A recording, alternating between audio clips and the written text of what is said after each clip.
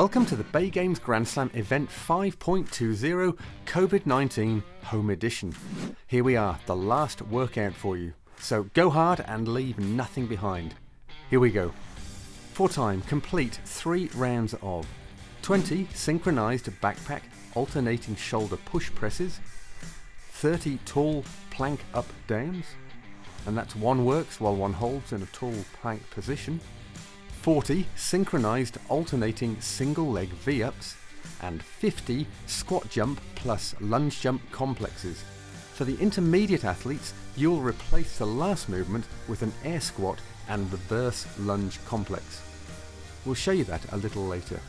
As always, when you introduce yourself on your videos, the backpack weight must be shown on a set of scales prior to starting the workout. Of course, any scales will work, even bathroom scales are just fine.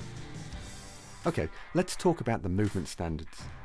For the synchronized backpack alternating shoulder push presses, athletes start standing tall with the backpack on the ground in front of them. To start, both athletes must pick up their backpack and touch it onto the top of one of their shoulders. The athletes must then push press the backpack at the same time so that it touches the opposite shoulder, ensuring that the backpack clearly travels over the top of their head. Locked arms at the top of this movement are not required. This shall count as 1 rep. As always, the backpack must be held by the top and bottom in the horizontal plane, i.e. athletes may not hold the backpack vertically. The tall plank up-down requires the athletes to lower themselves to the forearms and back up again so that both arms are fully extended. This shall count as 1 rep. Knees must remain off the ground at all times. For the synchronized alternating single leg V-ups, athletes start by lying on their backs, arms and legs fully extended. In a synchronized motion, each athlete must touch the toes on one foot with their hands by lifting up one leg and both hands. For example, both hands touching the right toes before returning to the start position.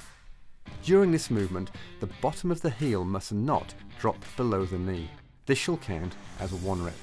The athletes will then alternate, i.e. both hands touching the left toes and returning to the starting position. This shall count as another rep.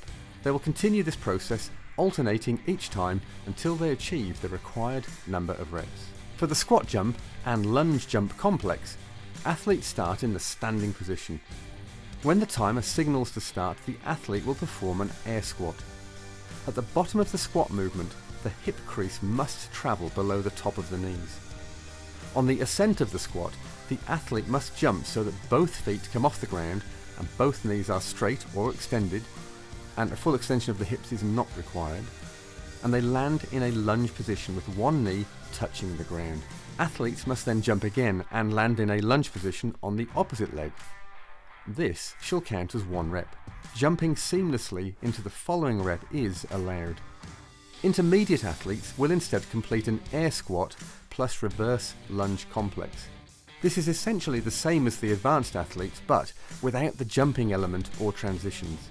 On the ascent of the squat, the athlete must stand so that both knees are straight or extended, and again full extension of the hips are not required, before performing a lunge position with one knee touching the ground. Athletes must then return to the standing position and perform a lunge on the opposite leg. This shall count as 1 rep. Okay, we're nearly there, team.